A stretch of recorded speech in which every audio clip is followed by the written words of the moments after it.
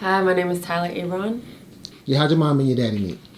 I don't even know! Oh my god, I don't even know.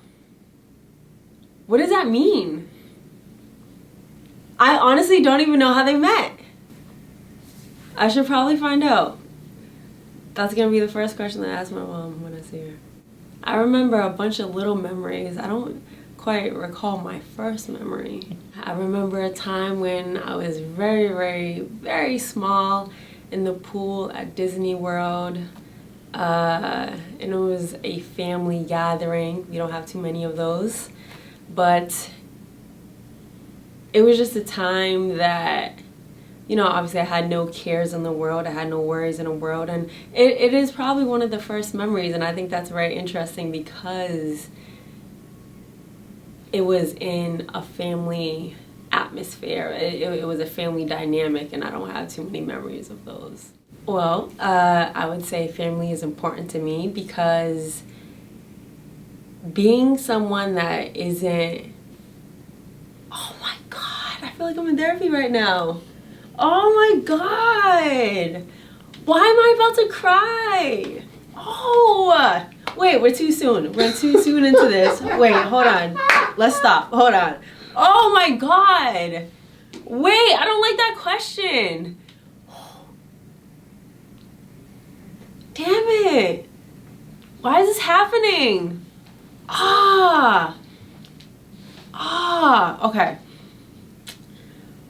I don't care. It's just so soon into it. Oh, I gotta start going to therapy.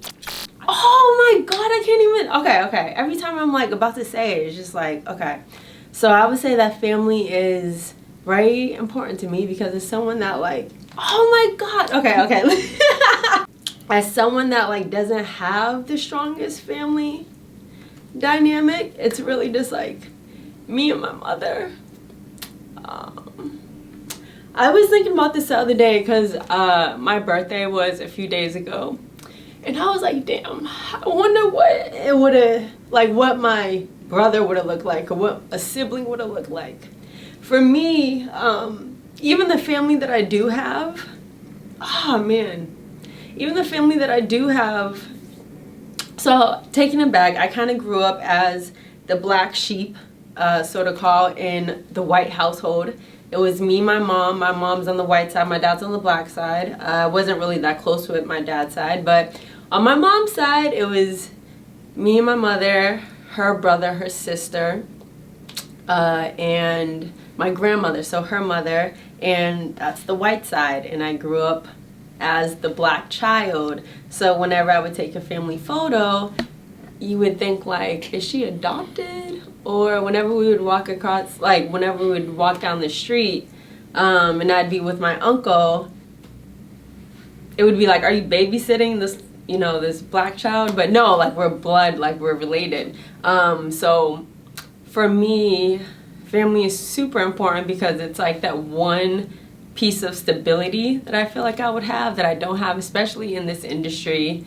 And yeah, my family's all over the place. So that's number one. And then number two, I don't feel like I look like anyone.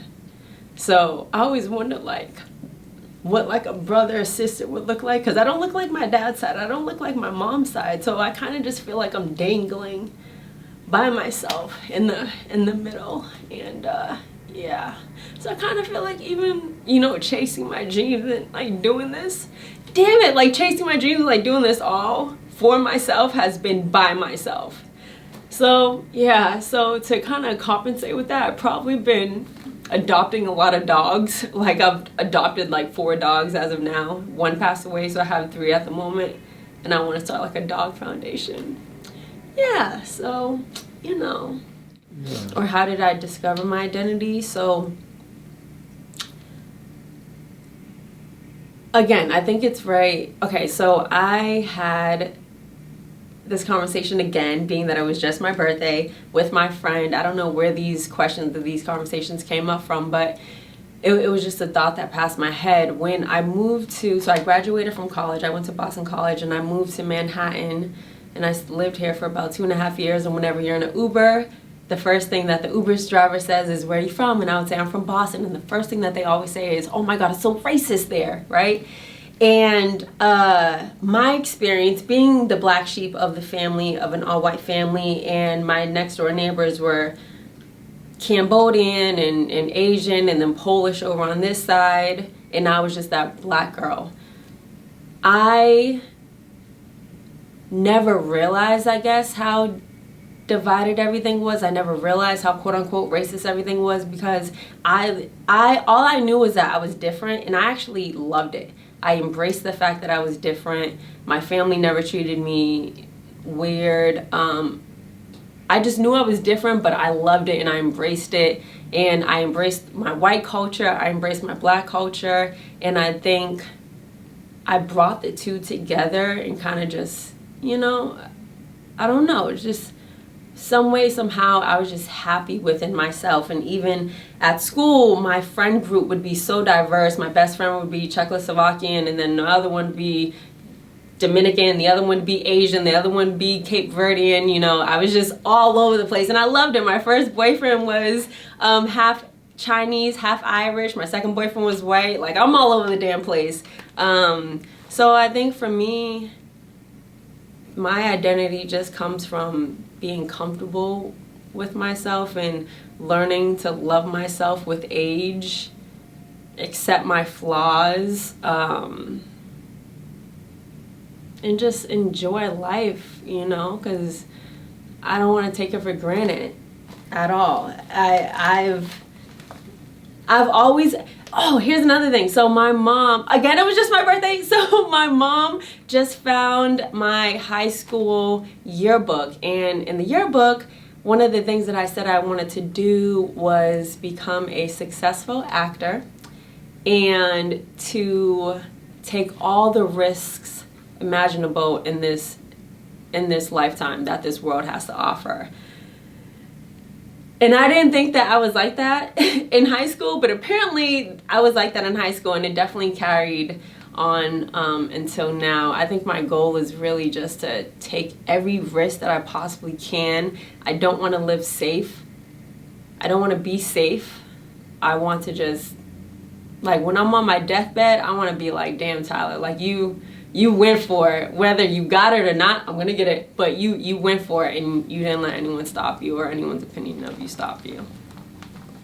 I had a very specific crossroad when it came to me determining driving cross country and pursuing my dream. So when I did graduate from college, the day I graduated, I walked across stage and I moved to Manhattan, New York. I lived with my boyfriend for 2.5 years, and it was one of those relationships where he was the star and I was in the shadows. I hated that feeling. And as many people would love to date someone in the limelight, for some reason, just my spirit just rejected it, and I was so unhappy. And I remember telling my friends, like, I'm unhappy in this relationship, you know, I don't feel like, I look in the mirror, I don't even know who I'm looking at anymore. I feel like I completely lost myself. I remember him telling me that I had no personality, and that's mind-blowing because my personality is like over the top sometimes, and the fact that he could even tell me that lets me know like where I was mentally. But yeah, I remember we broke up, and I was trying to get into a lounge restaurant type of thing, and the security guard, or the owner, it was someone, called him and was like, hey, your ex is trying to get in, and he said don't let her in. And so I wasn't able to get in. So that's twofold. A, I was super unhappy in that relationship, and then two, I saw how much power someone had over me because I was yet to establish power for myself.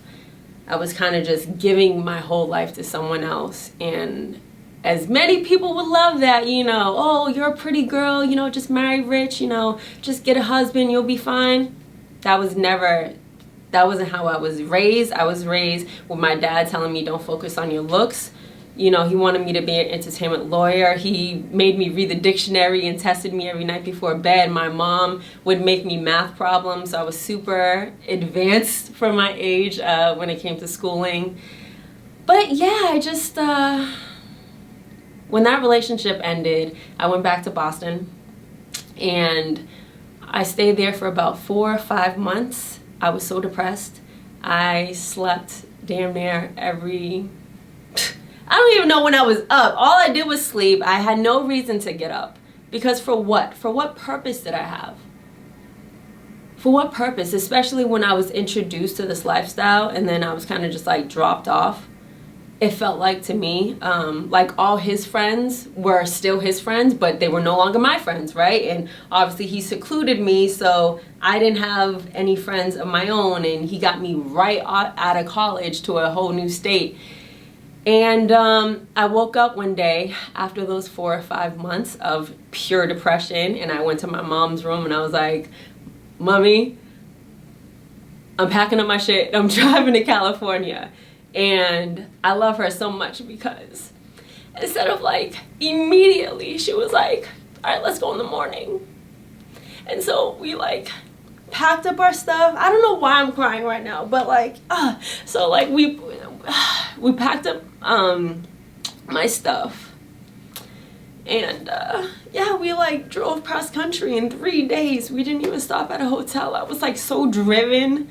That adrenaline just got me there. And as soon as I got there, I had no plan. I lived in a hotel for like 2 or 3 weeks looking for an apartment. It's so hard to get an apartment because you don't have job history, you don't have bank statement showing your income, etc., etc. I hate that I'm crying, but yeah, so that was my crossroads.